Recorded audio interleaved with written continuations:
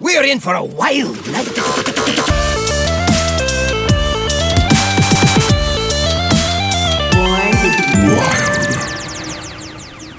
Welcome everybody to episode 91 of Born to be Wild, a Wild exclusive Hearthstone podcast where we have fun hanging out with friends, talking about the Wild format of Hearthstone and spotlighting members of the Wild community.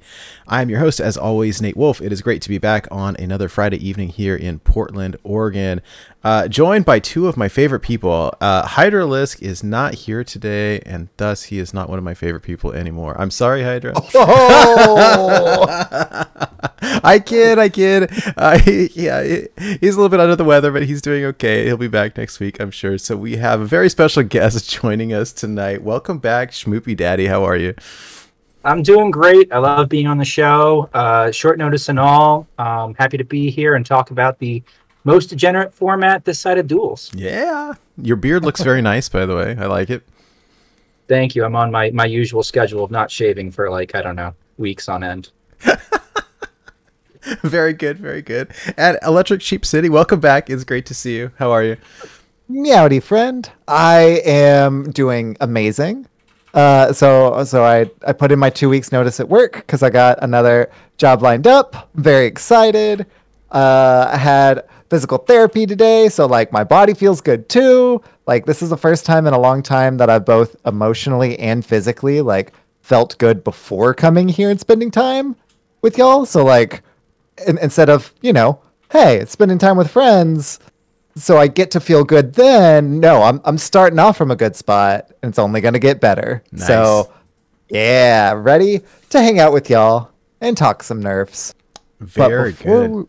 But before we get into our main topic, for those of you joining us for the first time, welcome aboard. Let me briefly explain how the show works. We record the podcast live every Friday evening at twitch.tv/BornToBeWildHS. And the video version of the podcast is then posted to YouTube the very next day, because Nate Wolf is incredible. Aww. Audio versions are also distributed to all the podcast apps. However you're watching or listening or absorbing via osmosis to this podcast, thank you. Yes. You. Yeah. Thank you all so much for being here. Love interacting with everybody and really appreciate everybody tuning in or listening or watching later. It's great to have y'all. Before we get into the main topic of tonight's show, wanted to say a quick but very important thank you to Shokunin and to all of our patrons. Thank you so much just for your support. It means the world to us. If you enjoy this content that we create, please like, subscribe, comment on the video on YouTube. This helps us a ton with the algorithms. The show notes says analytics, which is not the word that I was looking for. One other way to support the show is to leave a review on iTunes or Spotify or whatever your podcast platform of choice is, as that helps other people to find the show. If you're someone watching us live on Twitch tonight, we do have some emotes that you can unlock by subscribing if you're interested in doing that. They're awfully cute. And then finally, if you're interested in supporting the show, you can join our Patreon. Have some content in the works for that, as little as $1 a month. And yeah. Anyhow, all of that info can be found on our website. It's borntobewildhs.com. Finally, if you're interested in interacting with any of us personally, please check out our Discord. It's a free online community. We've made a whole bunch of friends all over the world. We share jokes and laughs. We talk about life. We talk about Hearthstone. There's deck codes and the whole deal. And again, links to all that stuff is on our website, which is borntobewildhs.com. Okay, all right, let's get into the main part of the show. So I at first I was thinking there's no news, or the news is the nerfs, and then I remembered the whole dust fiasco, and I was so kind of angry about it that I think I blocked it out of my mind because yeah. So here's what happened, right? I will do the TLDR. So the Hearthstone team ran a script, and it was looking at cards that players opened that they shouldn't have, because they should have been free from the rewards track or the Alterac, the Alliance versus Horde stuff, right? And so the idea was to initiate a dust refund. However, the refunds that were sent out were much larger than anticipated, and for some people, they even got them twice. And so, like, I open up my phone on my lunch break at work, pops up 8,000 dust, and I click it to go away. I was like, wow, that's cool. And then it pops up a second time, and I was like, what? That must be wrong. And then I look, and I'm like, oh, that's 16,000 dust. Oh my god. And then we start jumping in Discord or going on Twitter or whatever and comparing notes with people, and people got different amounts, but it was an awful lot. And nobody really knew what to expect. Big kudos to the Hearthstone community team, in particular, Nick, Deck Tech, who was doing the bulk of the communicating on this, who was very good and very upfront about, hey, we're aware of it, we're looking into it, this is going on, and not sure what the end result is, but it's not working as intended. And I think there was something in there to the effect of like, some people got extra and know that it was unintended, and kind of the possibility of like, you spend it, you could go into the negative when they do the adjustment. And I was like, well, all right, I'm just not going to touch it, and we'll see. And different people did different things, and it is what it is. The other thing that happened was that the cards that were given out from the Horde versus Alliance progression all disappeared from your collection. And where this really messed me up was that I was building decks for the Listener series, and I actually used a couple of those in my Hunter deck, the Dun Balder Bunker one. And I had the cards, and I had dusted the regular versions and kept the gold ones. And then all of a sudden they're missing from my collection, and Hearthstone won't let you copy and paste a deck code with missing cards in it. And so I had to craft the cards, right? So I spent 200 dust, and I was like, well, this really sucks. Because I had them and I dusted them, like I can't just buy a pack and expect to open them, right? And so I crafted these 2 cards, whatever. And then I log back in, all 16,000 of my dust is now gone. And so I'm lost 200 over this whole thing. And I think, it is what it is. I feel bad. I think the community as a whole is just not happy. Some people spent the dust, and that's great for them. I'm kind of jealous. Yeah. I wish that I had, frankly, because that's a lot of dust. And so what happened here, Hat and I were chatting about it last night, and the net result is, or what is the lesson that we learned from all of this is exploit the the flaw or whatever. My concern was, hey, you spend it, then you owe it back. And we saw somebody recently who went into negative gold. And so interval. Yeah. And so my concern was I can spend it all. I'll go craft a bunch of golden stuff. That'd be awesome. But then I'm going to be in the negative, and then there's going to be a new set that comes out in a few months. And then I'm going to have to it's going to be a nightmare. And so I just didn't. And what it looks like is, if you got it and you spent it, then you lucked out. And if you got it and you didn't, too bad, because it's all gone now. And so there's a worse option. If you had this built up, you could have lost all of it, including the stuff that you got from the bonus and stuff you had already saved. My buddy lost all his dust, not just the dust that he got mysteriously, but all his dust. Yeah, I've heard that too, and I saw them posting stuff on Twitter, and Nick said that the devs were looking into it, or the engineers or whatever, and that everyone was supposed to be good. There was something he mentioned, if it wasn't adding up, and I wish I'd taken screenshots to submit a ticket, and they would look into it. And I agree. Blue Train, I think, lost some dust. I swear I did, and I don't think it was a lot, but I think it was a little bit. It was, he said that they ran a very thorough script, but I don't know. I mean, I thought mine was short, not a ton, but maybe 800 dust or something like that. I thought I was sitting around 3,000, and then I log in and I'm at 2,300, and it was what? Like, that's not right. But I didn't have screenshots. You know, I really don't know. Yeah. But the whole thing, I think, was like, what it felt like to me is you know, it's Christmas morning, whatever. Like, you know, Santa Claus delivers all the presents and then you know, steals them back. You know what? I decided you can't open these. I'm just going to take them.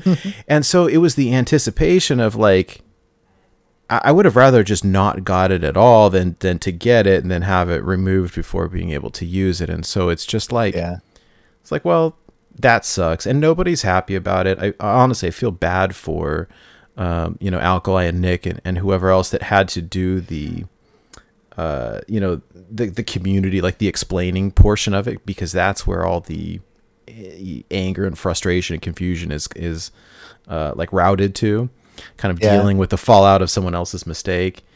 And I didn't really think of the impact quite as much, but the way Hat explains it is like, look, this is like, you know, millions of dollars worth of free product that they're giving out. And it was like, really? And then it was like, well, even if it's, you know, $1 per person, how, you know, how many players, how many people, right? It really adds up. I mean, I don't have a lot of sympathy for a multi-billion-dollar company with the dirtbag CEO, but oh, sorry. Did I say that out loud? Yeah, something you said earlier, I think, really hit the nail on the head too. That was the confusion, right? Yes. Like I'm really plugged in to, you know, Hearthstone Twitter, all that kind of stuff. I saw that some people got extra, but I also saw that, you know, hey, I got the 8,000, but I didn't get a second 8,000, and a lot of people, it happened twice. So whenever I saw that, it was like, oh, you know, got double his stuff. So the people who got 8,000 twice, I thought they were the ones who got double. Okay, so like I spent, you know, what, 6,400 of my 8,000 dust finishing up my like golden mercenary hero portraits. Nice. It was like, cool, you know, like I thought, you know, hey, I didn't get the extra dust, so like I'm fine. And then turns out the whole thing was was extra, and I was like, oh, well, I guess I'll be in the negative, and then I'm not. So it's like, oh, well, the at the end of the day, what lessons did this kind of teach us as players, right? It kind of taught us that, hey, if you get given something for free, spend it right away. ASAP. Yeah. Right. Like me, I was just like, oh yeah, I want these things. I've been, you know, saving up my dust to eventually get there anyway. Okay, I'll spend it now because I've got it. If I knew that it was, you know, going to be the excess was going to be wiped, then I would have spent the remaining 1,600 dust as well. Yeah. Well, no, and I think the big thing, it comes down to communication for me, where it's like I log into the client, like especially if I'm just, you know, Joe Public or whatever, like I log into the client on my phone and I'm going to play. Bam, I've got 8,000 dust, 6,000 dust or whatever it is. And it's like, why did this happen? Well, yeah, I don't know, but in like, game, it didn't give an explanation one way or the other. Yeah. Right. You know, I mean, there's definitely, say in Mercenaries, how they have the board and it says, oh, hey, there's new mercs, or, oh, hey, there's a new weekly quest or whatever it is. Like, it would be great for them to have an in-game portal for news to say, you know, kind of like, or even the pop-ups that say, hey, we're performing weekly maintenance on Tuesday from whatever to whatever. Say, hey, we're going to be rolling out a script that issues dust refunds for cards that you opened that you shouldn't have. Okay. And then another one, hey, we're going to be fixing that. A lot of players got a lot more than they were supposed to, so we're going to be doing some adjustments. But there was no communication at all. It was just, hey, here's 16,000 dust, and then a few hours later, yeah, hey, you're down to 0 now. And it's like, wait a minute, what just happened? Why did that happen? With no communication. And of course, those of us who are very plugged in to the, I don't know, the community or whatever, it's mostly on Twitter is where the devs hang out. And if I'm not someone who's on there, like I logged into Facebook, I don't use it much, but I'm a member in some Hearthstone groups there, and so I'll post episodes and stuff. And I jumped in there, and just everyone was just confused. But the devs don't hang out over there, and so like nobody knew. And The whole thing, it just comes down to a communication issue to me, and I wish that they could improve that. I mean, I'm a little salty that I missed out on the opportunity to like bling out a bunch of cards. I've spent so much money on it.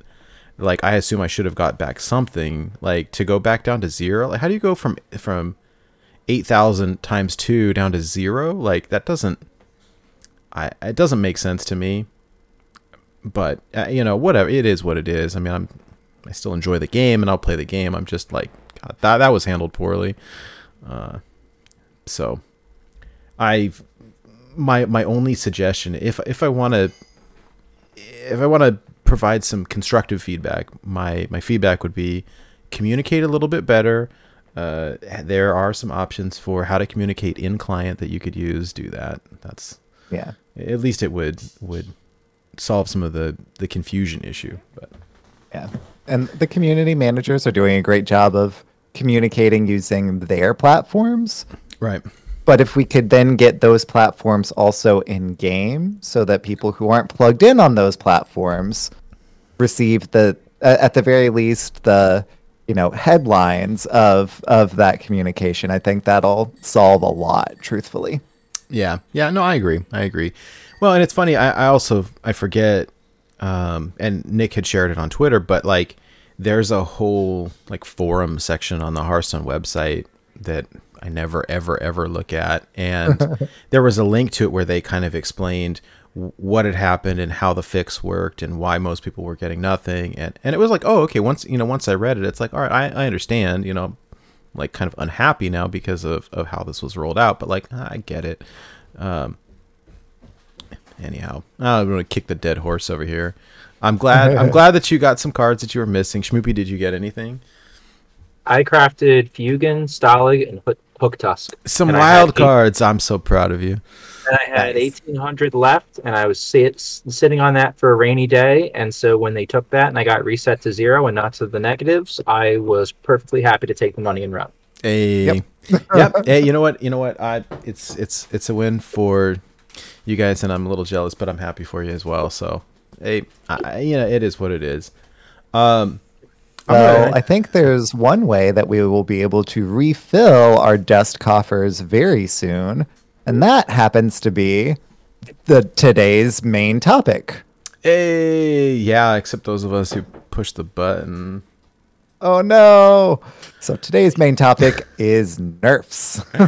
Yeah. So their patch notes came out, and I felt a little bit bad as well. The nerfs were leaked a couple days in advance, and I tried to, it's like, I'm not going to look at these. Yeah, I am. And then I was kind of curious if they were going to match up, and they did. But anyhow, so patch 22.2 is coming out this Tuesday, which is January 22nd. There's a lot of stuff coming out in the patch. Particularly, there's a ton of Battleground stuff. If you play Battlegrounds, you're about to get a ton of new content, which looks pretty cool. But we're not going to talk about it. I do want to say one thing about the Battleground stuff, and that's that I'm a little disappointed that people aren't calling it the buddy system. How could they not? Like, right? Buddy mechanic is what they say, and I'm just like, come on, just say buddy system. That's all I wanted to say. Right. About BGs. The buddy system, it's so cute. So Battlegrounds, tons of content. There's new stuff for duels, there's new stuff for mercenaries. And then the other like super quick bit of news is that the Lunar New Year celebration starts next week as well. There's going to be some new cosmetics. They look really nice. We'll all be getting a free Dancing Lion card back. That was one of the contest ones that we talked about many episodes ago. And there's going to be rad. It looks very cool.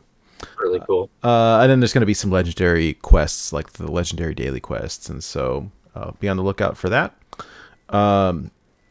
Not going to dive into any of it because none of it really has anything to do with Wild at all, and we're a Wild show. But I recommend that everyone check out the patch notes because they go into a ton of detail about all this stuff. I'm going to put a link to them in chat here, and they're also in our show notes if you're watching or listening later. So check that out. So tonight, our main topic is the nerfs. So that is the big topic here. With this patch, there are, let me see, 1, 2, 3, 4, 5, 6, 7 nerfs and 1 buff. the interesting thing is we have a couple of wild exclusive nerfs, which is always interesting. And I think one of the things I really wanted to talk about tonight was not only our opinions of these, but what we think the meta is going to shake up. Like, did they do it right? Did they do it wrong? And what does the future look like going forward? I do want to spend most of the time on the wild nerfs, but I want to cover them all because technically standard cards are wild cards as well. So starting off, the first nerfed card is Shadowcrafter Scabs. This is the rogue legendary hero. It's being increased from 7 mana up to 8 mana. There's a dev note here that says, Rogue has seen significant increases in play rate and win rate since the last patch, and Scabs is a pretty clear outlier in terms of power. We expect this change to make a fairly large impact in the strength of Rogue archetypes across the board. I don't know, we all noted that this card was super strong when we did the review. I mean, the battle cry, even for 8, I think is crazy good. I was playing this earlier in the Tavern Brawl, and I've got my druid opponent who dumped an entire board and then buffed it, and I was cloaked, and then I dropped this, and then all your buffed minions like go away. Like, this card is crazy good. Schmoopie, I know you've been playing. You had took Poison Rogue to Standard Legend, right? Yeah, I actually just hit Standard Legend. God, was that yesterday? Thursday? Yeah, I hit Thursday. But between this and Cloak of Shadows, it was kind of an axis of evil where you'd make a big Kingsbane weapon and whack face a couple times, and then you'd start whacking and hiding, starting turn 5 with Cloak of Shadows, and then hiding again turn 6, and Scabs turn 7 would come down, sort of clear the board, and then you could sort of combo off with just sort of damage from hand and burst damage, and not even really need to hit the opponent face, and OTK from 30 and win the game. So like everything that they hit that looks like sort of standard specific was standard specific. But I will say, a deck that I think would have looked good in the new meta if the new meta slowed down, and we're not quite getting there, would have been Mill Rogue, and this would have been a fantastic card in Mill Rogue. So this might have been a sort of incidental wild nerf, whether we consider it one or not. Yeah. I don't know.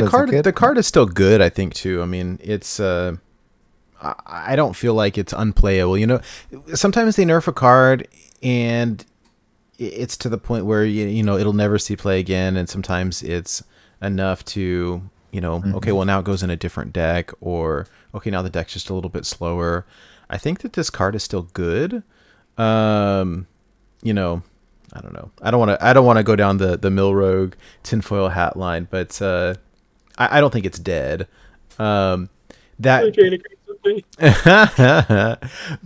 is just super fine tuned right now, and it was, I think, causing a lot of feels bad moments between Cloak of Shadows, Scabs, and just have 3 turns in a row where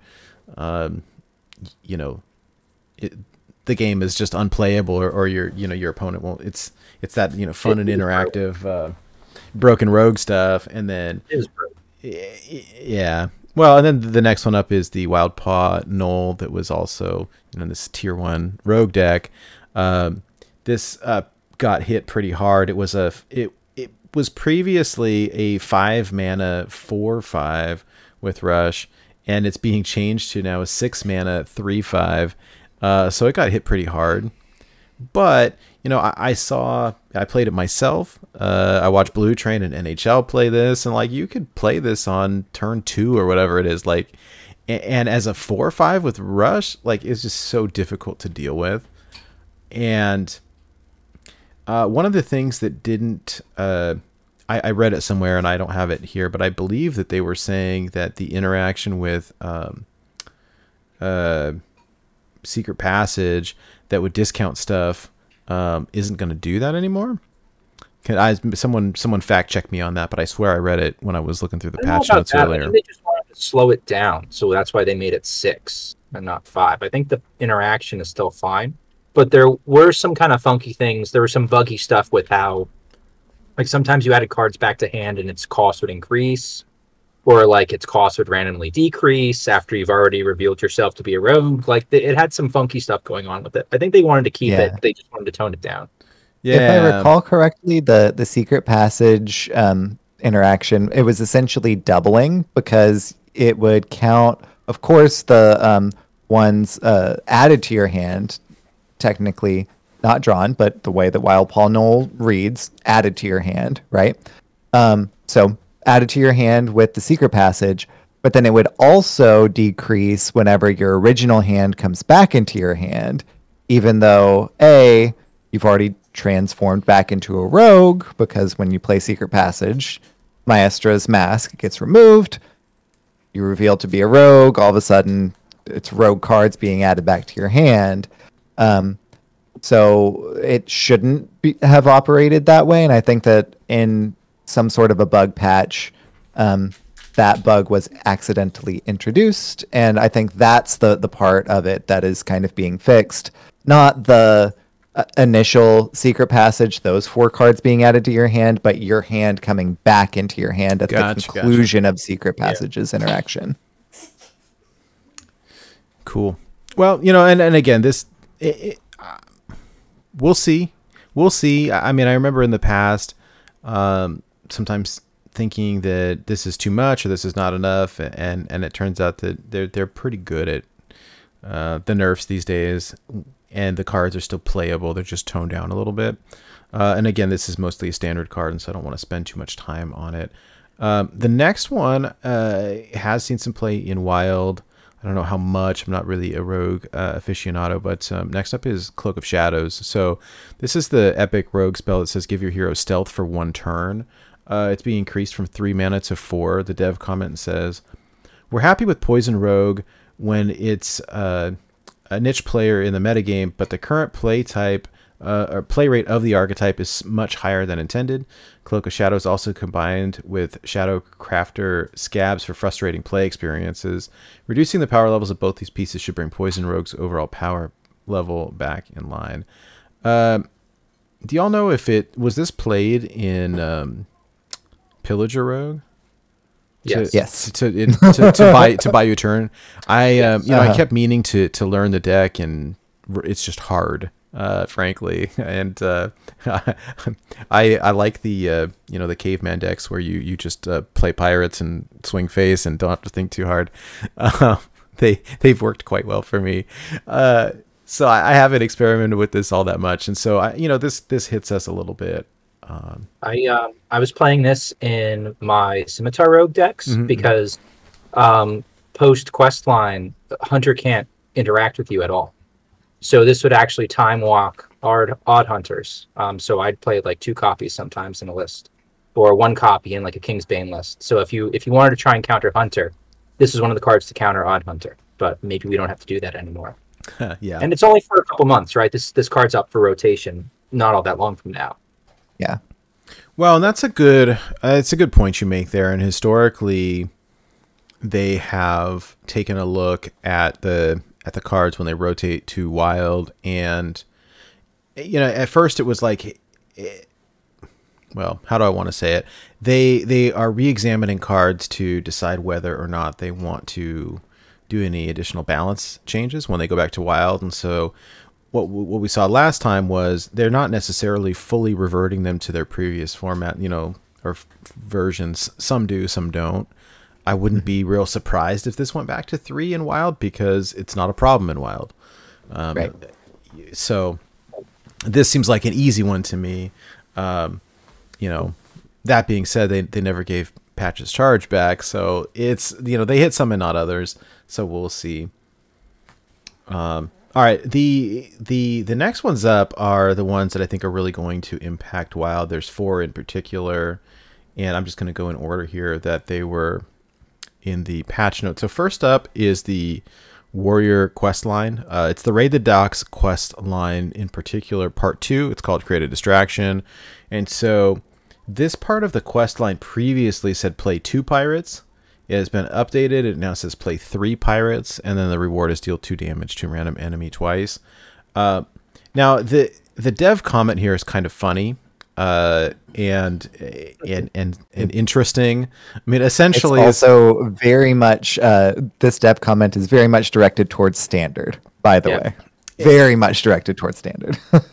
Yeah, okay, so here we go. Pirate Warrior is not a power outlier at the highest ranks of play, but it is standard. but it is overperforming at many of the lower ranks of play. Going from 7 total pirates to 8 total will promote deck diversity in the bronze through diamond ranks. Well, you know what they're essentially saying is bad players are doing really well with this deck, and they shouldn't be happening. I mean, it's like pray to boat. Boat good. Boat good. The thing in standard, I mean, there's not very many pirates in standard, and the ones they do have cost too much, which is where I kind of struggle with this. And with Wild, it was like we started jamming a bunch of terrible pirates in the deck because they cost 1 mana and we can complete the quest so quickly. And like, we don't even care about the pirates. We just want to finish the quest because the reward is so good. And so, does this impact us a whole lot? I mean, it does, but not nearly as much as it does the standard players, because I don't have to jam Nightmare Amalgam into my Pirate Warrior deck. Right. You know, I mean, I've been playing it in standard. I think I'm at Diamond 3 with it, and it's like, it's good, you know. I think that the deck is going to be just fine this way, and it slows it down a tiny bit. But because we have access to so many cards, I don't think it impacts it that much. Again, it slows it down a little bit. I don't know. Schmoopie, any thoughts? I think that delaying that second stage, I think actually the most important stage of the Pirate Quest line has always been the second stage. I think those two cannon shots, when it comes to aggro on aggro, it swings so many boards against you know, someone like Ignite Mage that's just sitting there, and like a combo that's not really interacting with board. It hits them in the face for 4. Delaying that a turn is going to open up a sliver for some hyper aggro strategies to kind of like sneak in and steal some percentages away from Pirate Warrior. So you're kind of chewing into Pirate Warrior's direct food source. Uh-oh, did I freeze? No, you're good. Okay, I'm still good. Well, I can hear you anyways. Perfect. So I think this is a bigger nerf than people think. I know a lot of people who are angry and think this is a light touch. You're delaying Rikara at least a turn again in slow matchups, and in fast matchups, you're not swinging the board back as quickly. So I think this is a significant nerf, especially when you consider the decks it's going to be going up against. Yeah. So I wholeheartedly agree, specifically because, yes, the decks that, you know, I like to try and refine can have a better shot at going under. You know, it does delay it. But also, this nerf was meant for standard, right? Questline Warrior in Wild obviously was much more powerful than in standard, and this nerf, with the other balance changes affecting Wild, you have a lot better of a chance at targeting Questline Warrior, like, period. Like big time. You can actively counter that. And this nudge directed towards standard will also nudge us. And like I said, if I'm trying to go under, this particularly helps me. If I'm trying to, you know, delaying in general, it's less impactful for us than it is for standard because our pirates are cheaper and our cheaper pirates are more impactful. But really, just this, for us, it's a little bit more of just a nudge. However much that nudge is impactful. This being part of the landscape of the other balance changes, I think, is what's most impactful for Pirate Warrior itself, because Pirate Warrior is more counterable than some of the other things that are being more radically nudged, to say the least. And I think that that's kind of where this really shines through. Not to discount the importance of that second step. It's huge. This will slow it down and make it to where something that was an unfavorable matchup against, something like aggro druid, this may make it much more at parity, because I can go under it with that aggro druid.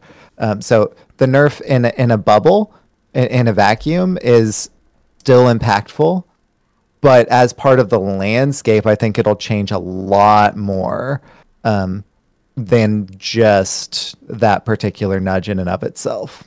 Yeah. Well, and I want to touch on the kind of meta predictions as a whole, like after we've covered the other few cards, because, well, I think we've all got a few thoughts on where it's going to go. And next month is going to be very interesting. I'll say that. All right. So let me move along. The next card is Incanter's Flow. This card has been now nerfed twice, and so I don't know. This is probably now way too expensive to even run, in my opinion. It's just anyways, way back when it came out, it cost 2, and that was like it was just amazing, right? And then it was 3, and it's been 3, and it's still playable, no problem. And now it's being increased to 4 mana. So Incanter's Flow says reduce the cost of spells in your deck by 1. The dev comment says, when combo mages play Incanter's Flow on an early turn, they can assemble their game-winning combo at a very, very fast rate. Similar to our goals for combo-based decks in the previous patch, pushing Incanter's Flow up a mana will slow down combo mages by a turn or 2, giving slower strategies a better chance to thrive in the overall meta. This card is definitely played in a handful of different mage decks in Wild. At 4 mana, I think it's basically unplayable. That's my hot take on it. I don't, the only way it's good is if you play it like right away. If you draw this later, it's just bad. I like reduction, but 4 mana is way too slow for us, I think. Sheep, what do you think? Yeah, I think fundamentally the Incanter's Flow nerf is aimed towards Mozaki Mage in Standard. That said, we were playing Incanter's Flow at 3 in our format.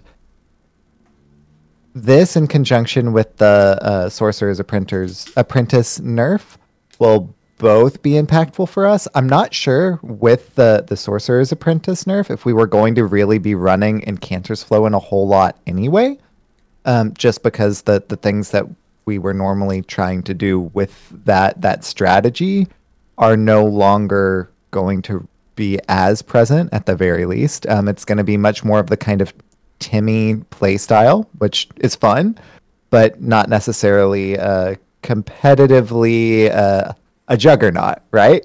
Mm-hmm.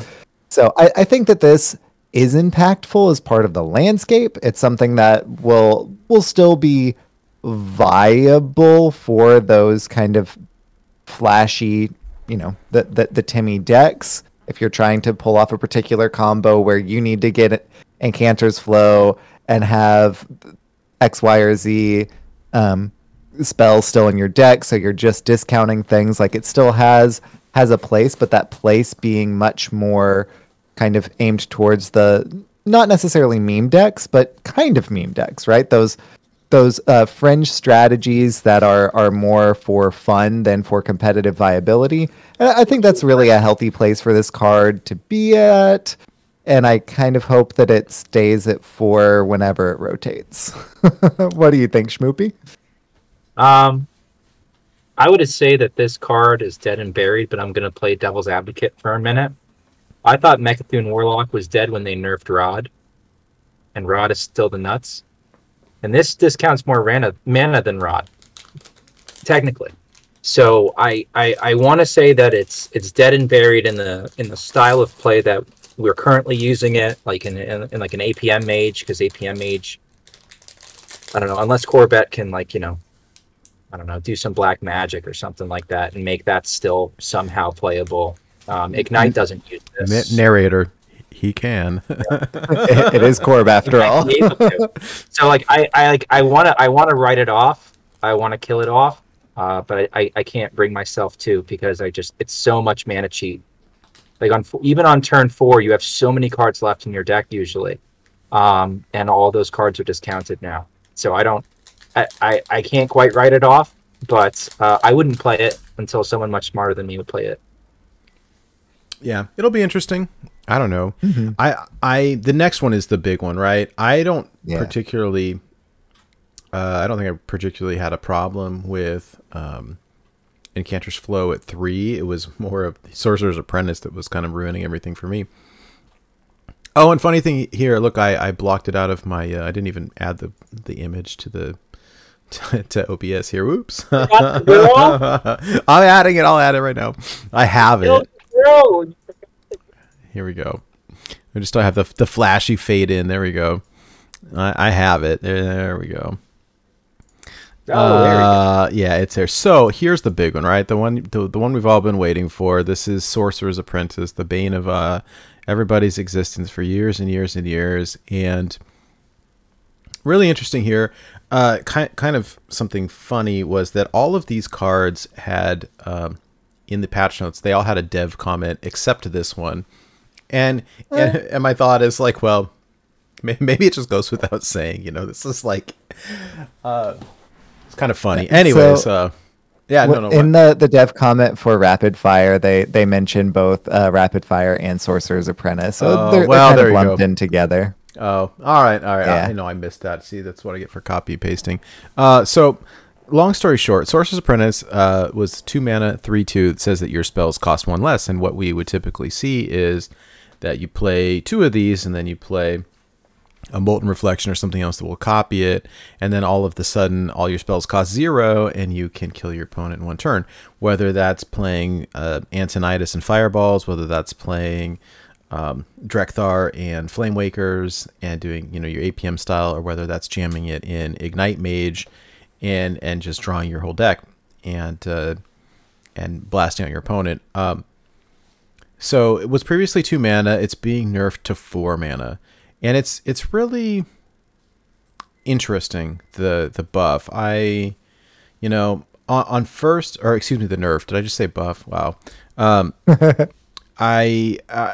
not sure what to think of it. I'm kind of curious to know if it will be good enough. Like Blue Train saying here, Mage runs 2 ice blocks. You know, you can stall long enough if you have to. 3 with Magister Dawn Grasp, by the way.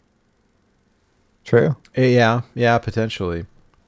So here's the interesting piece. You know, when I first saw this, my gut reaction was like, I'm disappointed. What I wanted this card to say is, you know, I don't really care about the mana cost. It's that your spells can't be reduced below 1. And so, hey, you just can't play a bunch of 0 cost stuff. And Jack had an interesting comment on it. Let me pull it up here because I don't have the screenshot, but I think it was interesting. And oh, come on. I have it here. Here it is. So here's what Jack says. He said, well, this would just make that card useless. This way it can still do broken stuff. It's just way later in the game and without Drekthar pulls. Yeah. Which I think is a good point. And so, you know, well, you go back to the goofy Ixar saying, right, wild is just that, wild. You can play all your old fun old decks. And what I don't like is dying on turn 5 to an Ignite Mage who is able to cycle through their whole deck and OTK me super quick. Reducing stuff, like, it didn't feel as bad to lose to the old school like Exodia Mage because they had to draw through their whole deck, and then they had to play a turn with Emperor Thorison to reduce everything. And it's like, I mean, you could kind of see it coming. And there was some potential workarounds, but it was a lot slower, where I think the earliest I've lost to Ignite is like turn 4, and it's, you know, it just feels awful. And this, I guess their solution didn't nuke the card. It makes it significantly slower, and I think that the play rate of Mage, especially like APM and Ignite Mage, will almost immediately like drop off the board. I mean, you may have a couple people try it still. You can't play it with Drekthar anymore; it just won't work. And so there's that. You know, can you still play Ignite? Well, probably. I mean, it has a lot of draw, it has a lot of cycle, it has a lot of tutors, and so, you know, maybe it just slows it down a couple of turns. I don't know. So time will tell. I'm kind of curious to see what happens. The interesting piece, you know, in my brain, the thought was, can't you just reduce, or can't you just change it to say can't reduce below 1? But you know, I understand that's easier said than done. Good example of this, right? I work in like the legal department, right? And I work very frequently with the people in the computer tech department, the ISD folks, and I want the computer to do the thing, and I will say, hey, can't just make it do this, you know, just change it from this to that, you know, can't you just whatever, can't you just copy and paste the spreadsheet? And the response is always like, it's not that simple. Like it requires coding, it requires updates, and then you look at things like, well, okay, do we have to change other cards? I can't think of the name of it. It's the priest card, right? That reduces the spells. Oh yeah, Radiant Elemental. Yeah, there you go. And so it's like, well, then do we have to make these consistent, and do we have to update other stuff? And so this is like the easy fix. Like they can jump in and change the mana cost, easy peasy. I guess my biggest question is like, is this enough? You know, at first glance, I think probably it is, but you know, we'll see. I don't have a lot else to say aside from like, we'll see how it turns out, and I'm interested. I'm just happy that it got hit. My bigger discussion piece is like, all right, what comes next? But we gotta touch a couple more cards first. But Schmoopie, what are your thoughts on this card? I think the devs' hearts are in the right place. I mean, I think this is a step towards trying to prevent Wild from becoming what Ixar said it would eventually degenerate into a couple months ago when we were in the Seedlock meta, and we were told, well, I mean, at some point, Wild's just going to be a bunch of degenerate combos and hyper aggro, and that's it. And this is sort of a proof positive that no, I mean, you can slow things down, and you can take steps to stop them from happening. And Sork on 2 to Sork on 4, I think, is a really big deal. Drekthar can't hold it, can't pull it. You can't combo as early with Ignite Mage. Yet another toxic deck. I guess I took the legend this month. Sorry, guys. But it is funny that I'm, you know, depending on what the landscape looks like, the noises I'm hearing from players I trust. I know I've seen Blue Train say it in chat. I've seen Otter say it. You know, Ignite Mage, minion Ignite Mage isn't dead. Now, that wasn't what the cheater players were playing. The cheater players were playing a spell version, and this significantly slows that down. But if everything else is slow, is this enough? I don't know. I like it. I think it's a good nerf. I think it does future-proof the format. In the near term, though, maybe it's going to be a little painful still because, like you said, they didn't give it the war song treatment. They didn't say not below 1, right? So it can still do the broken thing. So we'll have to see. I initially really like this nerf. I think it's a good nerf. I still think it's a good nerf. And I'm still gonna, you know, probably play a little Ignite to send her off. Yeah, I agree on all counts.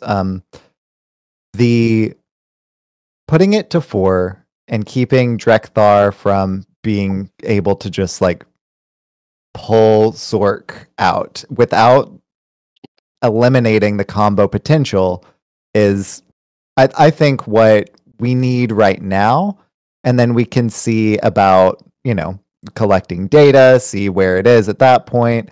I think that it's good to have combo in the game. I think it's good to have, you know, as part of that rock, paper, scissors, right? combos shouldn't be super duper ridiculously fast. Like it's going to happen fairly consistently on turn 4. And I think that is what this nerf does more than anything else, is keep you from just dropping Drekthar and giddy up, let's go. And I think that is the biggest boon from this nerf. I mean, yes, you can still go infinite. Yes, you can still do all that. And I think that as long as it's slowed down enough, then yeah, it can still be powerful, and it's good to have strong decks. It's just not going to be what it has been, and that I think that's important, right? And the mana increase, yes, it's kind of an elegant solution, because yes, it's on the coding side one of the easier things to implement without going through massive rule changes and ways in which other cards interact. But also keeping Drekthar from pulling it is just exactly what we need. The fact that now it's 4, even if you just get it in your hand, regardless of how Drekthar interacts, if Drekthar is just not part of the equation, period, it slows it down still. I think that this is what we need right now, for sure. And I think that once we're able to get some more data, once we're able to see what Sork at 4 mana does, we'll see whether it needs another nudge or anything. But I honestly don't think it will, because it doesn't kill the deck. It just makes it more fair. Yeah, and that's kind of what we wanted, right? I mean, that's what I wanted, at least. Speaking of killing the deck, so here's our last nerf, and this is to rapid fire. So pour one out for Odd Hunters. I hit Legend with that deck at least twice, maybe more. I'd have to check. But this previously was a 1-mana Hunter spell that had Twin Spell deal 1 damage. And it is now Twin Spell 2 mana deal 2 damage. And so rip Odd Hunter, because this is not odd. So,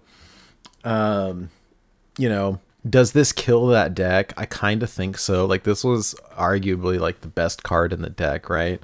Because you're looking at the number of times you're able to do spell damage versus not the amount of spell damage. And so being able to do 2 pings for 1 card, it's just amazing, especially when you can discover it from tracking or something else, or when you're trying to combo off, whether it's with after you've completed the quest, or with Auction Master Beardo. That being said, this is wild, and over time there will be other spells that have odd costs, and so maybe the deck comes back. I don't know. I'm gonna read the dev comment, and you're right, Sheep. I missed this earlier. They touch on both Sorcerer's Apprentice and Rapid Fire. So the dev comment says, the Rapid Fire and Sorcerer's Apprentice changes are targeted at some of the strongest decks in the current Wild metagame to improve the long-term overall health of the format. Both of these balance adjustments are aimed at the decks with extremely efficient from-hand damage, which puts big constraints on which strategies can find success in Wild. By removing power here, the format should open up for a few more viable archetypes to see play, and for the Wild format to slightly slow down overall. Yeah, that's a little bit what I'm afraid of, to be honest. So I mean, the deck is super good. Frankly, got kind of tired of seeing it all the time, and that is why decks like Cthulhu Druid were like, I didn't mind seeing an Odd Hunter when I was playing. I had a 71% win rate, like up to Legend with it. It was great. Like, oh, let's just get 50 armor, and I don't care. You can play all your spells. You can put a big dent, but like, I will just keep buffing and buffing and buffing, and so. But anyways, I guess my question is, does this card kill that deck? And I think the answer, at least for me, is temporarily yes. We're already kind of struggling for good spells to play in Hunter anyways. Hunter has no draw, and so we were adding all these tradable cards, and but to take what's arguably the best spell in that deck and not be able to play it anymore hits it pretty hard. So I think Odd Questline Hunter is going to be taking a back seat for a while, but I don't know. What do you think, Sheep? So I think Rapid Fire costs 2. I think Quick Shot costs 2. I think that there are a decent number of damage spells that cost 2. Just even Quest Hunter. Well, I guess you can't be even. You could just do Quest Hunter without the. Can just do Quest Hunter. Yeah, that's exactly what I'm thinking. Yeah, just be slow because 2 damage a ping is a lot less than 3. But you know, will it be as good as Odd Quest Hunter? No. Absolutely not. No, definitely not. But there are possibilities for it to still be viable. And I think that that's exciting that perhaps the non-odd version may be viable for a bit. Yeah. I'm excited about that. Getting excited about Questline Hunter feels interesting. like it's a few months ago. All right. You know, I'll be honest with you. I hadn't thought of that, and maybe it works. I'm not quite sure. I'm definitely interested to see. I think I'm going to try it out. Is it going to be good? Maybe not. Is it going to be fun? Yeah. Am I going to run Rapid Fire in it? You know, I honestly don't know, because 2 mana, yes, still twin spell, but 2 mana deal 2 damage. Do I really want to do that? Maybe, just because it progresses the quest line so efficiently, being a twin spell card. But it's inefficient in mana for damage dealt, right? So I don't know if Rapid Fire is going to make the cut in that. Probably so, just because of how efficiently it progresses the quest line. But it might not. And that's kind of exciting that the best card in Odd Questline Hunter, when I'm thinking about this non-odd version that I'm just kind of been theory crafting in my head, like, may or may not even run the card that was nerfed to begin with. And that's kind of a cool, an exciting prospect too. Yes, Odd Questline Hunter, I think, is taking a back seat until more damage gets printed. I think that's, at this point, with how homogenized that deck has made the format, I think that's a good thing. I mean, I'm not just saying that because the decks that I like to play just get eaten alive by Odd Questline Hunter. But whenever I see an Odd Questline Hunter, I feel like, oh great, like Nate was saying that he has a 71% win rate against them. I'm thinking mine might be 17. So, yeah. I'm glad to see this change, because it will change the meta.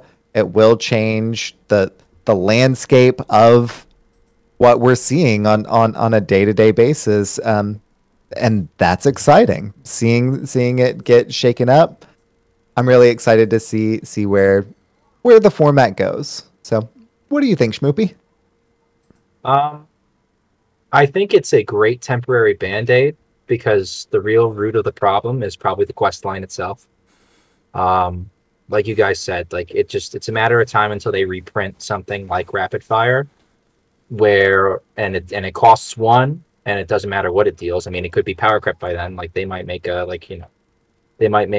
spell that's like a Sinister Strike keyword, new keyword, blank, do the same thing again sometime, and now you're right back in the same boat with Odd Hunter. So I think it's a good temporary band-aid. I think the questline Hunter itself is going to be a fun deck to do. I mean, you can run Dragon Bane in that thing. Like you can do some really silly stuff.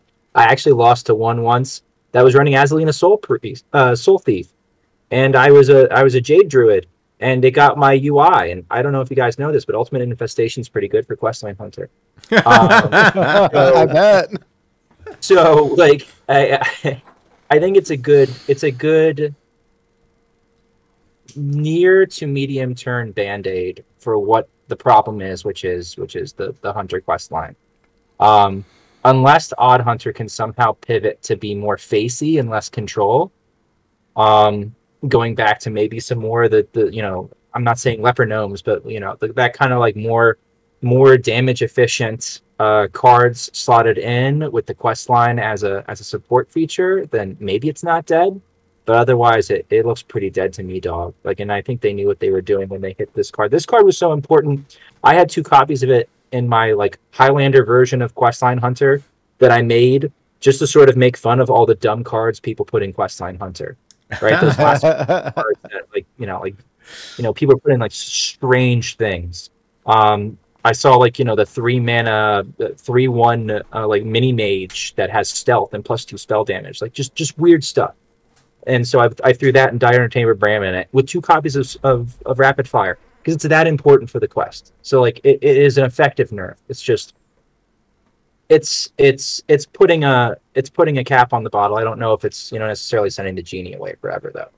Yeah, no, yeah. Agreed. But, as things progress in the future, there will always be, different things. And will this revive to the point that it can compete with whatever the new cool thing is? I don't know. I mean, time will tell. The quests in general are just so good. Like the rewards in particular for Hunter and Warrior are absurdly good because they're... static effects for the rest of the game, where some of the effects for the other quest lines are not nearly as impactful. So, yeah. I can see, particularly after rotation, particularly Hunter and Warrior, I can see those quest lines being reconfigured a little bit because in Standard, neither one is really a problem. Like, Warrior... yeah, has more play at some of the lower ranks just because it's a proactive game plan. It makes sense. It's something that you can put together and have be, relatively proactive. Yeah, okay. But it doesn't succeed at the higher levels because there are better things to do in Standard without the deeper card pool. So I can see once both of those quests, really all the quests, have rotated, that they may be reconfigured a little bit in Wild. Because right now, if they were to try and balance either of those at the quest stage, it would just kill them in Standard altogether. And they have a roadmap for Standard, that they really do. And these quest lines may or may not feature down the line. I don't know. I haven't seen their roadmap. So not taking it away from them, but also this change here, keeping it to where it's not oppressive here either, I think is really exciting. Yeah, absolutely. All right, we have... sorry, carry on. No, you're good. They could surprise us with this mini set, which is, hey, look, a reprint to Rapid Fire. And really, like, all along, it's been a giant debate where it's like, so it's like, the devs know what's coming. We don't. So, like, right. I trust them on this nerf. This is going to be enough. But, like, you don't know what's coming. No, that's true. They have future vision. But at the same time, we've seen many times that they don't always necessarily thoroughly playtest and for Wild. And so, I'll never forget when... oh god, I can't think of the name now. The druid spell that draws a 7, 8, 9, 10 mana cost card. Oh yeah, Juicy Psych Melon. Yeah. This is like when we saw Juicy Psych Melon, I was like, like this draws Aviana and Coon and this and this. It's like, well, awesome. Now I can just pull my entire combo. Thanks. It was like, and y'all didn't think about that? Or didn't care about it, and so I don't know. We'll see what happens. I mean, this definitely is a very immediate, impactful shakeup for sure. Want to talk about the kind of incoming meta, but I want to talk about our one buff card before we get into that. And so, There is one card that's getting updated. I almost missed this. Was Rokara the Valorous. So this is the warrior hero card. Was 7 mana, gain 5 armor, and they're updating it to now gain 10 armor instead. The battle cry is equipped a 5/2 unstoppable force, and what that weapon does is when you attack into a minion, that minion then attacks the enemy hero. And so, you know, if you're like, you know, it's interesting. I actually, like, I had my daily quest was for warrior wins, and so I prayed to boat and built a pirate warrior deck in standard. I went to HS replay and just sorted by highest win rate. And I know that's sometimes a mistake because there's not always the largest pool of data for the highest win rate. But anyways, the reason that I used that one is because it was basically the normal pirate warrior list with Rokara the Valorous jammed into the top of it. And I was like, I want to play this card. I want to play it. I haven't really had a chance to play around with it. And so I played it, and it is a ton of fun. What I like about it is, you know, my opponent's sitting here at, you know, 10-ish health or whatever, and they play a giant taunt minion, and I smash into it, and then it attacks face, and I was like, yeah, okay, you know, take that. You know, get around your taunt right there. And then now my hero power does 2 damage to the face or to whatever I want. And that is much better than gaining 2 armor, I'll tell you that. And so, like, I got, like, and then I did my little experiment. I was like, hey, does honorable kill work when you do it to your opponent? Yes, it does. And so I had some card, you know, it was like honorable kill, gain armor or whatever it was, you know, and on this. And so I did my 2 damage. The honorable kill like ticked off, and then I won the match. I was like, oh, this is cool. Okay. Now, I mean, I don't think that this is any sort of meta breaker for Wild. I do think that it makes it potentially more viable in the long run, and where you probably end up seeing this is some combo decks where you need armor, or the Dead Man's Hand Cult will add it to the deck or something like that, because it's got some utility, and it's just a cute card. I don't think it's going to have any impact on the Wild format, like, almost whatsoever, but I don't mind the buff. Let me get into y'all's opinion, but I'll read the dev comment super quick first. It says, Rokara is one of the less viable hero cards right now. We want each class to have exciting play options, so we're increasing her armor to give her more leeway swinging into high attack minions, and to better synergize with some of Warrior's armor-focused cards. Yeah, like that one that gains +3/+3 in charge, right? So... Didn't think about that. Yeah. So I put that on my listener series deck, and then never drew it. So unfortunately, but anyways, yeah. Any thoughts on this? Sheep. Let me pass it to you first. Yeah. So more armor means that I can swing into a minion, and that minion can go face. That minion can be bigger. That seems like a good buff. Is it going to be super duper competitive? Probably not. So I don't really have too much to say about this one. I think it's a good buff. I hope that we see more of Rokara the Valorous. But I know someone who does have a lot more to say about this buff, so I'm going to turn it over to SchmoopieDaddy. I'm the only one who likes this card who plays Wild. I'm positive. I'm the only one. I like it. I just hadn't played it because I looked at I looked at this and I was like, it's not good enough. I mean, I finally played it, but like, you know, it's fun. I can't think of a deck in Wild to put it in, but anyways, okay, so it is odd cost, so there's that. I want you to imagine this. Well, so if you're drinking the Dead Man's Hand Kool-Aid, right? This automatically makes Shield Shatter cost 0. That's the 10 mana, reduce its cost by however much armor you have, deal 5 to the board. So automatically, you can think of this if you have Shield Shatter in your hand, or you're playing 2 copies because you're a Dead Man's Hand, all of a sudden this battle cry now reads 7 mana, equip the unstoppable force, gain 10 armor, deal 5 to the board. That's pretty good synergy with the cards that you've got. This card has the Shadow Priest hero power with upside, You know, you can use it to go face. I didn't realize it went face the first time I used her. I was like, oh, I can point this face. But often in standard, when I'm mostly playing her in Pirate Warrior, which I put in right away, because I thought, oh, there's always big stuff in my way. Let me smash that big stuff into my opponent's face. You can cannibalize your own deck. What a champ! I love it. Glorious. You can cannibalize your own board because the Juggernaut prints so many 2-health pirates that, like, once they're done swinging face, you need board space anyway. Pop! Now I got 4 more armor. If you're really in one of those grindy battles. No, but like whenever I played this card, this card feels like, especially the Unstoppable Force. The Unstoppable Force is insane. If Pirate Warrior is forced to slow down because it can't. We have to play it out, right? Like right now, we're all going to play the hyper small pirates, pre to boat, get there as fast as we can.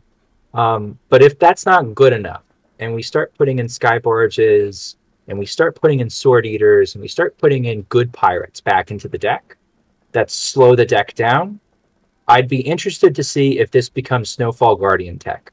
Like if you're going to freeze my entire board and make a giant thing, and I've been smorking you the entire time, maybe this becomes incorporated as a finisher. And it's not going to be in every Pirate Warrior deck.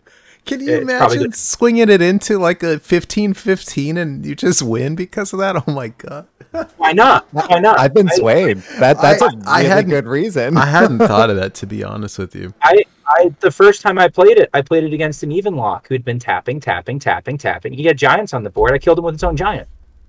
And if the meta is going to slow down, and let's say you play this on 9, right? It's not just you're hitting them with whatever size minion they have. Your hero power can also go face, so it's whatever you're hitting them with +2. And worst case scenario, the Unstoppable Force deals 5 damage. Like it's not Leroy, but it's it's an Arcanite Reaper.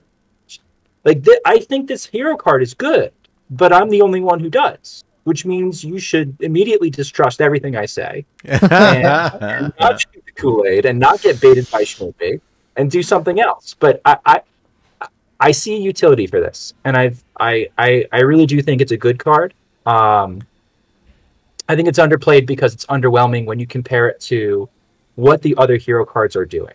But I don't think Warrior needs any help in our format, so I like it. It's interesting that you brought up the point though about the Snowfall Guardian, because this is sort of a good segue into just a quick peek, and we're towards the end of the show here, but I wanted to kind of have a little meta prediction here. And so my thought was, if Ignite Mage and APM Mage kind of fizzle out, we could see Ignite Mage maybe, but it goes from tier 1 down to, tier 3 or bottom of tier 2 or whatever, because it's significantly slowed down. You still got 2 to 3 ice blocks and a bunch of tutor draw, so the deck I don't think is dead, but it's significantly slower. You've got your used to. Yeah. So, no, it's definitely slower, right? Pirate Warrior's getting slowed down. And so, still good, but slower. Odd Questline Hunter's basically dead, I think, at least temporarily. And so what does that leave? We already saw kind of a switch in the meta to combat those decks in the most recent, freeze, Shutterwalk, Shaman stuff, which is... I think Mentalistic called it like Tech W, which I thought was pretty funny, because it's all tech cards, right? And then on the other hand, I've got Cthulhu Druid, and so these are more control heavy, armored, stall tech type of decks that are slow and grindy, and they needed to be there to combat the more aggressive decks. And now that those decks are taking a back seat or gone entirely, it's like, or is it like welcome to control hell now? Like the Cthulhu Druid mirror matches are awful. I mean, they're kind of fun, but like they're kind of awful.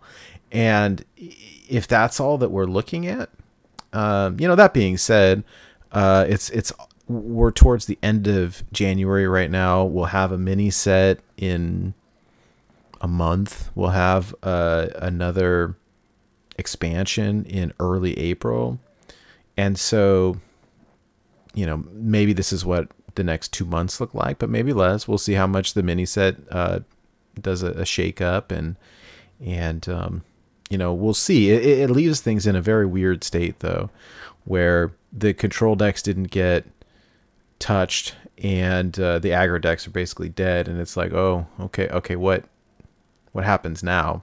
And the answer is I don't know. Shaman is still very good. Druid is still very good. Yeah, I don't know. Control meta is hard. What I don't like about it is, you know, playing a 20-minute game and losing. It's like, well, there's you know, 20 minutes of my day that I'll never get back. I don't know. This is why Polkelt and Shadow Reaper Anduin will still be a thing. Hey, I mean, I wonder if, like, hey, does Reno Lock come back? Does Reno Priest come back? I mean, I don't know. Hey, Schmoopie, does Secret Mage come back? Everybody keeps asking me this. It's because you're the expert. It's all. I mean, because we, like... I'm the expert. You know, it has been quietly playable in this meta, in kind of weird forms. Like, I had a lot of success in Stormwind, playing the weird Chinese... version that used Khadgar and Conjurer's Calling, and basically you play like 1/4 creeper, and like the high roll is it costs nothing, and you play, you know, you throw down Chad, you throw down Conjurer's Calling, and you make a bunch of things, because stat bombs were good in this in Stormwind, because there was no removal for them, right? Like the Demon Seed, for all its faults, like really couldn't, like the Giants version, like if you just popped a bunch of stats down, like unless they broomed away your board, they died. Right? That's why Clown Paladin was kind of okay. Pirate Warrior can't deal with a bunch of big things. That's why Combo Priest is so good against it. Cloud Hunter can't deal with a bunch of big things at once. It can deal with 1 or 2 big things. That's fine. So it's been like playable in forms, even in like the more conventional form, as long as you sort of dodge Pirate Warrior. But even it's okay in the Pirate Warrior if you run Flame Ward. And at some point, you just say, okay, well, I'm going to face race you, and you're going to be racing to boat, but boat is slow, and I can, you know, fireball you or smack you at 4/4s or 5/5s. So, like, I don't think it does, because I'm not convinced that double fireball and 8's going to be good enough anymore. I'm not convinced the early game's good enough anymore. I'm interested to try Ben from Work's list, because he was running that the Battle Master with upside that reduces a spell from your hand from this expansion, that people are like, it's going to bring Secret Mage back. But I don't think the early game is strong enough. Not until they're doing some sort of, like, you know, broken thing, like a 1-drop that's tutoring a secret and playing it, or it needs something more modern to make it more playable now. I'm not convinced. I'm not hopeful. I think it's going to be fringe playable, but I think it's going to be so fringe playable that it's just going to be frustrating for me to play it, unless I'm just having a lark. So I don't think it does, but I wouldn't be shocked if it does, because it's close now, but it needs help. It needs a lot of help. Yeah. No, I would look more at like Cute Lock. I'd look more at like Shadow Priest. Probably really hard at Shadow Priest. Aggro Druid. Hey. Yeah. Well, hey, I mean, Aggro Priest is a good deck, and so is Aggro Druid, actually. So, I mean, I guess we'll see. I'll be interested. I'm happy that I'm not the one writing the Tempo Storm meta snapshots, and we'll see what our friends over there do with it. And it's going to be a greed fest. I think everybody dusts off their like greedy Reno decks. Like, you know, the LPGs all come out of hiding, and they're like, yeah, play LPG. And then, like, you know, I'll play Odd Demon Hunter and kill him on turn 5. So, like, but at the same time, I'm going to be auto-conceding against Druids. Unless the Druids don't have a brown hero power. And then maybe I'll play it out to see if they're Aggro Druid or if they're Dune Druid. Right? Like, it's going to be... It might be a very polarizing, very slow as molasses meta. Where, you know, it might be fun climbing, because if you're an aggro deck, you're going to know very soon whether or not you should concede the game or not. You're going to jam a lot of games real quick. Like, That's how I got Day 1 Legend with a 10x multiplier. But it could be brutal if the best 2 decks are free Shaman, which should never be the best deck in any format that plays the way it plays. The best 2 decks are free Shaman and you know, Dirtle Druid. whether it's Cthulhu Druid or it's Linecracker Druid, because Linecracker Druid farms Cthulhu Druid. So like if it's Slow Druid and Shaman are the best decks in the format, oh man, dust off your plate breakers. Not something that we should ever say. Wow. The end is coming. Yeah. Like, I always have this feeling whenever we get these nerfs or ever get a new cards or new expansion, it's just like, what fresh hell awaits? I mean, to be honest, abandon hope, all ye who enter here. Fresh hell awaits. The mini set can't be too far off, and so we'll be in for that in another, I don't know, 3 or 4 weeks probably. Like, it can't be very long. 7? Or 14? Probably. Something like Sheep that. Sheep has the historical sheep. Should be relatively soon. I'd have to dig into the data. Yeah, the I just Mercs don't have it up in front of me right now. The Mercs release kind of messed everything up a tiny bit, but I mean, it can't wait too long because, if we're almost to February and the new set will come out the first week of April. Typically, they don't tend to do 2 full months of the same meta. Like, they tend to like try to release content so that you don't get like a full climb in the same like 3 full climbs in the same meta. Like, sometimes it works out. Like Barons was kind of like that. Like, I sort of snuck into Legend just before Stormwind came out. Because that came out on like the 4th day of the month, 5th day of the month. Yeah, so, you like, can do it right before. Yeah. Right before. But they tend to not want to do that. They tend to, I feel like they want to kind of like break up climbs 3 months in a row so that it doesn't get too stale, which I appreciate, but it also means they're pushing a really crazy pace. Yeah. Well, I don't know, we'll see what happens. Time will tell. All right. Well, talking about change of pace, let's talk about our listener series this week, because we've got some. This was an exciting week for the listener series. Our challenge was crazy enough to the point that it caused us to really take a deep dive into what cards we wanted to let people play, and I will just pass it off to Sheep, who can explain it more eloquently than I can. Yeah, absolutely. So for those of you who may not be familiar or missed last season's listener series, the Born to be Wild listener series is, of course, a free wild Hearthstone tournament series with custom deck building restrictions each week. This week's challenge, the custom deck building restrictions this go around, is called 2 Keywords and was submitted by Diamond. So the 2 keywords were a little bit more tricky than we initially thought. So 2 keywords, they're not contingent on one another. The kind of differentiation between the two, we were kind of fielding questions for a while, people who were legitimately trying to find out cards that worked and cards that didn't. And eventually, Nate and I caved, and we reviewed all of the minions In the entire in Wild Hearthstone. I was like, you know what, screw it. I'll just do this. And then all of a sudden it's like that SpongeBob meme, like 4 hours later. So we made a spreadsheet of all of the legal minions for this week. So that was really exciting to go through and see all of the minions. And I thought that I discovered some secret spice. And right before our show, Ginger Ninja defeated me 3-1. So, hey, I got 1 win, which was nice. But, Ginger, fantastic person. So glad to take the L there.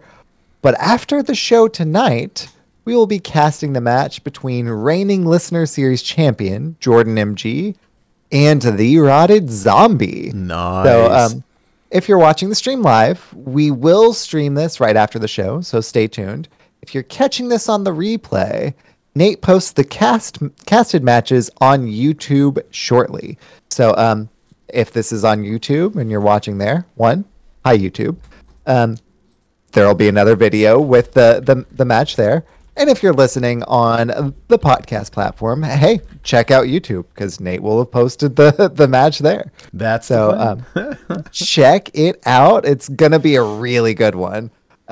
Jordan is phenomenal, and I mean Rotted Zombie is also phenomenal. So I can't wait to see this Clash of the Titans. Yes, yeah.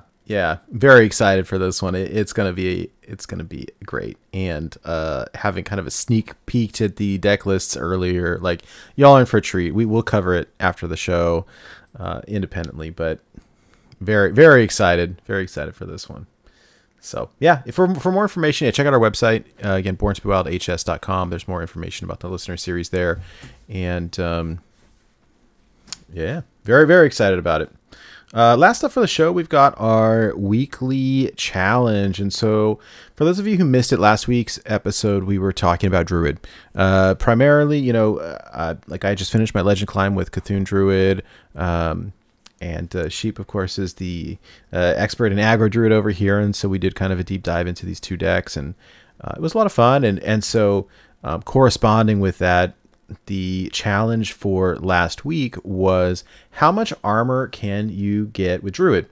Now, of course, we were anticipating people using Linecracker. And so the question wasn't like, can you get 2,000 armor with Druid?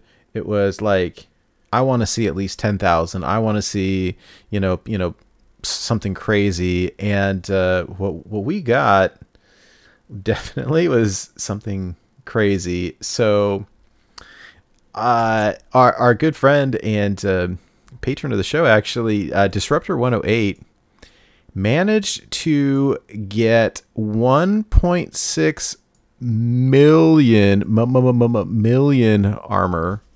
Okay, I'm gonna make this picture a little bit bigger on the screen here so y'all can see it, because that is with Linecracker. But yeah, check this out. This is quite a bit of armor on this guff right here. 1,605,704 and 30 health. So the decisive winner is Disruptor 108. Congratulations! I'm beyond impressed. So hey, yeah, congratulations. Yeah. Well done. Well done. I love it. That's was much more than I was expecting to see. So holy bananas. So, of course, Disruptor 108 with over 1.5 million armor wins 2 packs on us, and more importantly, bragging rights. So your achievement will be enshrined in our Hall of Fame on the Born to Be Wild website, borntobewildhs.com. So check it out. And it, if I recall correctly, Nate's been starting to put up the pictures associated with that. So if you want to see a picture of over 1.5 million armor,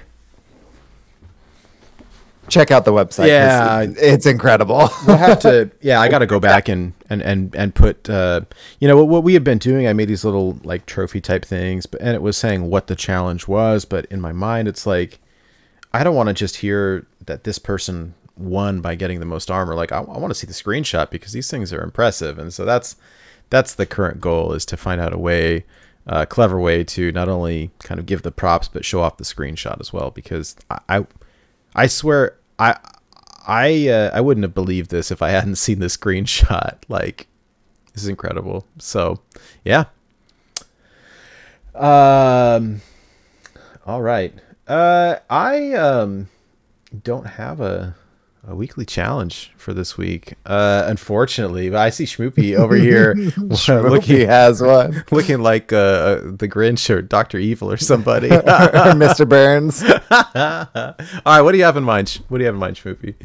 Good one. but it is challenging. Oh, we like a good challenge over here. And I've run this by Nate, and it's been rejected. So this is controversial here. I don't recall. I don't remember what it is, and I don't remember why I rejected it. You need to play a Boulder Fist Ogre, and your opponent needs to concede. That's it. Play a Boulder Fist Ogre, and immediately the opponent concedes. And you need, in your screenshot, obviously, you need a little picture of the sidebar to show that you played the Boulder Fist Ogre, and then your opponent conceded. And that's it. Very simple challenge. Can you do it? Best stats for the cost. Can you dig it?